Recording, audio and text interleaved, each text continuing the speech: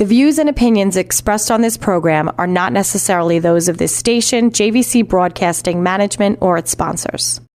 With so many people living longer, the fear of outliving your money becomes a reality for many of us. Will I be a financial burden? Will I outlive my money? How will I be remembered? My name is Neil Himmelstein, president of Main Street Planning Group. Please contact me by visiting mainstreetplanninggroup.com. That's mainstreetplanninggroup.com, or call 631-647-4694. I will introduce you to strategies that will guarantee you will not outlive your money, that can guarantee you will not be a burden on your loved ones. Through a collaborative approach, we will uncover solutions that offer tax-efficient strategies, lifetime income, and legacy planning, choice, organization, direction, and education. That is the code we stand behind. Contact mainstreetplanninggroup.com. That's mainstreetplanninggroup.com, or call 631-647-4694. And listen to me every Friday at 3 p.m. as I host the Main Street Code for Financial Success, right here on 103.9 LI News Radio.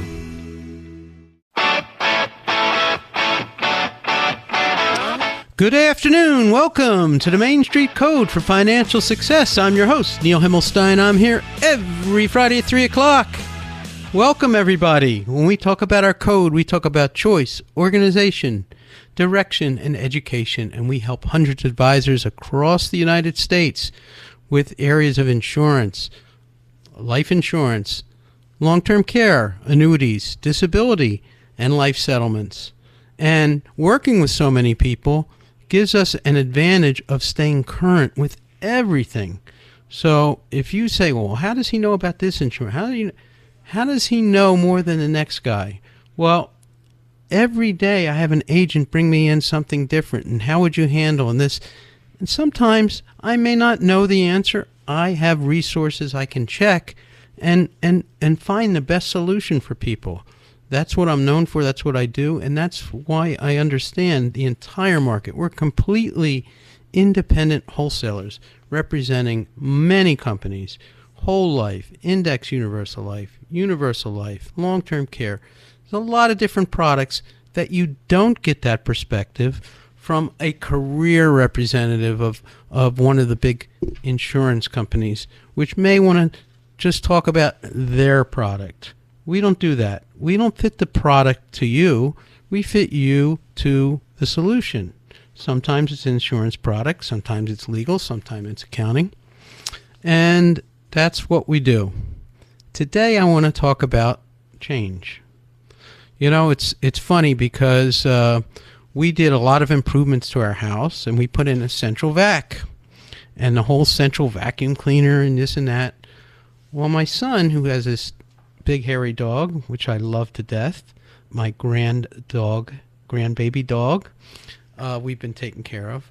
And my son recently bought a little robot that not only vacuums, but washes the floor. I'm like, it maps out your apartment, his apartment. We got one for our house, and it maps it out.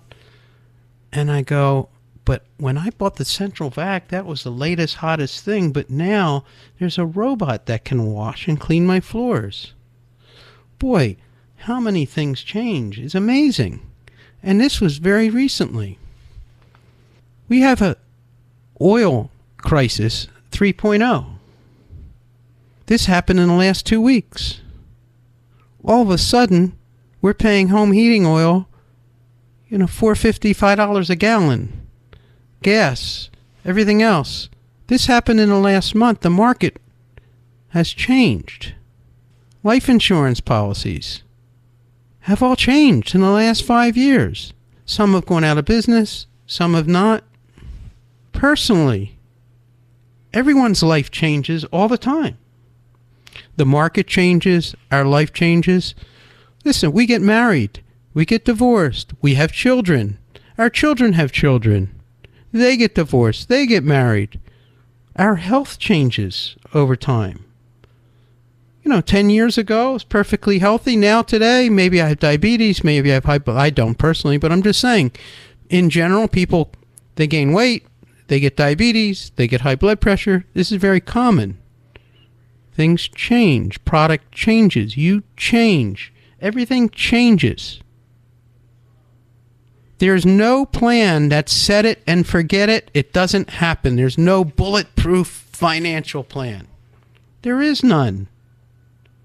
You have to adapt to protect yourself and to invest wisely. So a lot of people think, I go to work, I do this, I do that, I've done everything right. I've done everything by the book. I paid off my house, I got my Social Security. But all of a sudden, the market crashes. I have a situation with my health. The product I thought I had, so life insurance when I started in the industry, would go to age 90 or 95. We're now living to 100 and 120. Long-term care policies,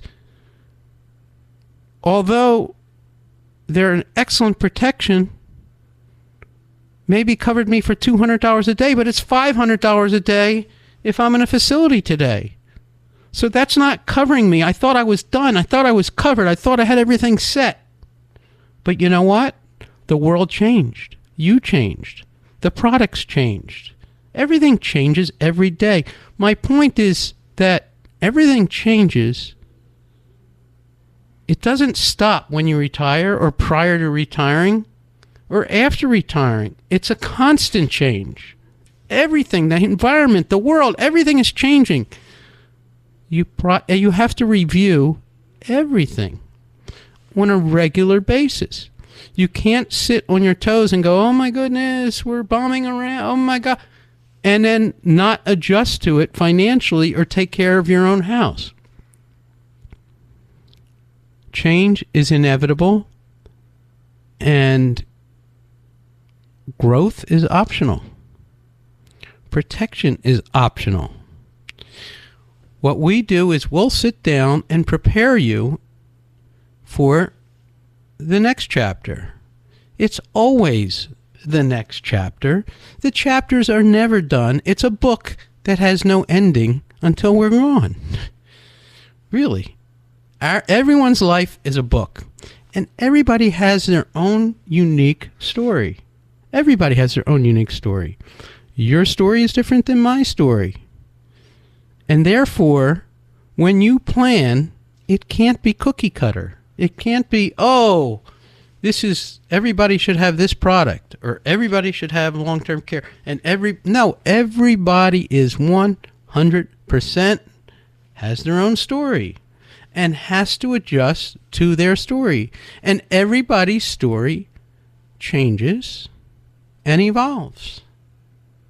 We have to change and evolve. We always do. That's the nature of what we do, is we evolve. But is everything going to evolve without us participating? No, you need to participate. So my recommendation is, if you're doing your financial plan, give us a call.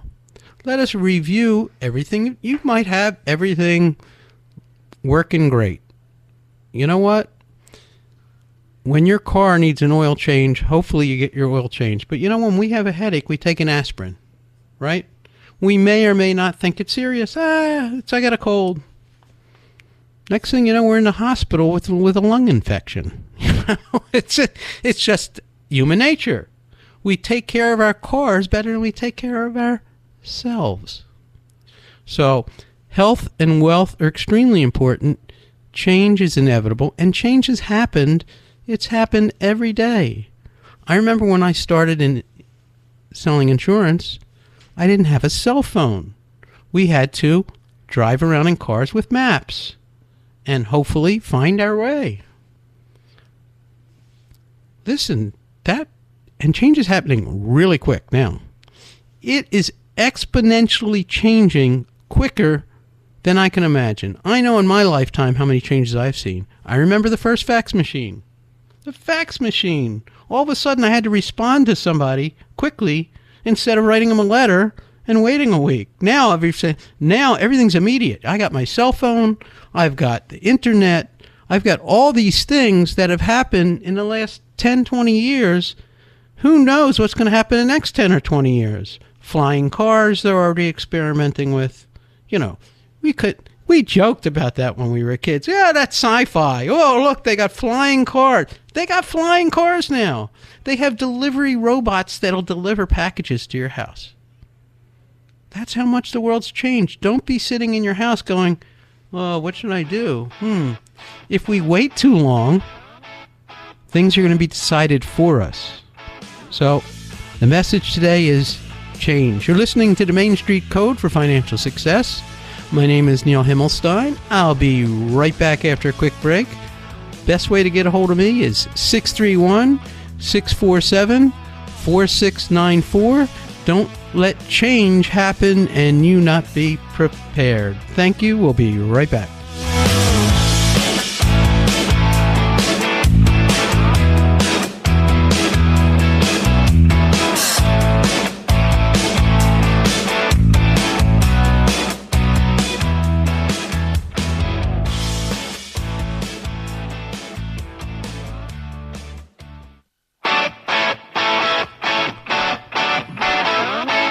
Welcome back, everybody. If you were just listening, we were talking about change, how everything changes. Products change, the market. Wow, what happened? We knew that was going to change. It always does. Our health changes, our lives change, insurance products change. One change I didn't talk about is tax laws change. And if you're not up on everything, you can't take advantage of things, or you can't be prepared for the next step in life. One of the big changes, and I keep promising to bring Wall Street to Main Street, and one of the Wall Street to Main Street issues that has occurred over the last couple of years is there were some major decisions called Connolly versus Treasury, where people who had a company who bought company-owned life insurance all of a sudden found that that policy was now adding to the value of the business and then messing up your estate planning. So what do I mean by that? So let's say your business owned a life insurance policy for $1 million on you and $1 million on your partner, and your partner deceased. Now you have the business valued, and let's say the government says, okay, it's worth $2 million. The government puts a value on it. The government may say, and this happens all the time, it's not worth $2 million, it's worth $4 million. Oh yeah, but we insured it for $1 million. Well, your partner's spouse may be entitled to that $1 million that she gets on the life policy, plus another $1 million, because it's now valued at $4 million. And now, where's that money going to come from? In addition, since there was a life insurance policy owned by the corporation, the government now says it's no longer worth $4 million. That $1 million policy makes it worth $5 million. So now you have to pay her back, or him, your partner's spouse or whatever, to get out of it, $2.5 million. That's a lot more than you bargained for. And then where is that cash going to come from? Your new partner may or may not know anything about your business. So this is a big issue, and I see buy-sell agreements, or what we call a business will, all the time still owned by corporations, and they don't realize the taxable effect. Now, this has occurred in the last couple of years, so many people who haven't done the proper review don't understand this. And I'm talking some very, very wealthy people don't have their situation set up correctly. And this has to be adjusted because they didn't adjust to change. Very important. The other change that happened is, and staying on the subject of change, is that company may have been valued at $1 million or $2 million when you bought those policies, but over the last 10 or 20 years, maybe, hopefully, your company has grown to such a point that that $1 million policy no longer reflects what the business is now worth. So if it hasn't been reevaluated or adjusted to, you're going to have major implications if something happens to somebody. So the buy-sell agreements that are out there are in place, or the business will, as I like to call them, have to be reviewed and are mostly defunct and not functioning properly as I go around the market and talk to different companies and different people that bring in companies to me and say, hey, how do we solve this problem? So this is a very interesting dilemma. And I'm going to tell you something else that most companies don't have. Companies that are doing well and are smart and have good accountants and good financial planners have a buy-sell agreement or a business will. Many of them don't. And many of them will set it up on the onset of their business and never look back. And that's a big problem. And one of the things it talks about is if one of my partners or myself becomes disabled and can't work, where's the income going to come from? And how's that going to affect the business? So we like to set up disability policies on all partners so that if something happens, their family can still have an income and the business can still operate while that person is disabled. It's very difficult to take on 10 jobs at once, but many people have to do it. So these are considerations. Now, bringing Wall Street to Main Street and your company wants to buy insurance on people, there's a lot of reasons you'd buy life insurance on your partners or on yourself. One of the biggest planning tools that a lot of companies use is they'll buy life insurance as an asset, as a cash accumulating asset, so that it can be used as an additional retirement vehicle. And one of the big flaws that I'm seeing in planning is they're having the corporation own this policy, and the corporation cannot take a deduction for life insurance, only a very small deduction, not a regular deduction for these big policies. So it's not tax deductible, but the insurance grows tax deferred and you could take it out tax free. So what we do with a lot of corporations is we suggest the corporation loan the money. There's two ways they could do it. One, they could bonus the money out, and the individual has to pay taxes on what's bonused out in the life insurance policy. It's called a bonus 162 plan. And sometimes if they want to take care of the executives and pay the tax at the end, they have a new word for it. It's called a double bonus 162 plan. They can put a restriction on it so that they can be selective on who they do with life insurance. And they can actually restrict it so that partners don't leave. It's a very complicated high net worth deal called a REBA, which is an interesting thing that most insurance people won't tell you about. If it's a C corporation, they could take advantage of the tax bracket that a C corporation has as opposed to the individuals. So if you're doing very well and you're in a high tax bracket, your corporation may be in a 20% bracket when you're in a 35% bracket. So they use a very complicated tool, which has become popular again. See, things come back and go forth, but today's agents don't even remember what this was. When I started in the business, this was a very big tool, and now it's become super popular again. It's called corporate split dollar. And you don't want the corporation to own the policy. You want the corporation to loan the money in their 20% tax bracket into an insurance policy. Yes, you'll pay some tax now. Okay. There's a small tax you have to pay as an individual. But that money grows tax deferred. It gets taken out tax free. The corporation at some point gets paid back, or the loan can be forgiven. But they have a lien on that contract for whatever they put in. They could be paid back at death. But you have this great cash value policy with a death benefit that can avoid estate taxes. It can be used for a buy-sell agreement. It can be used for your individual trust and purposes, which is what many of the executives are doing now, because you need to do this planning.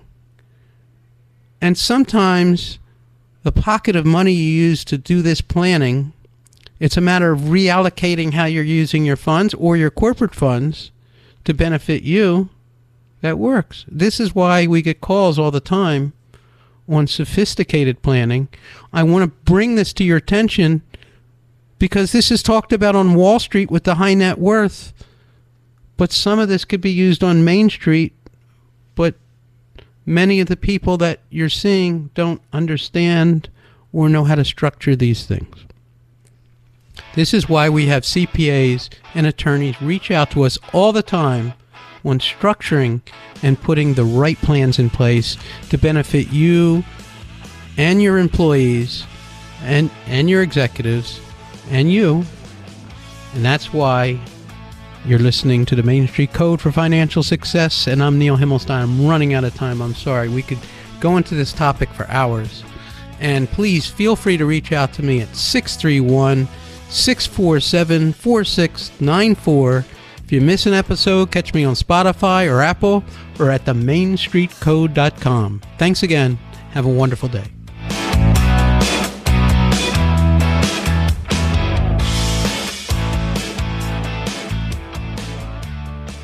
The views and opinions expressed on this program are not necessarily those of this station, JVC Broadcasting Management, or its sponsors.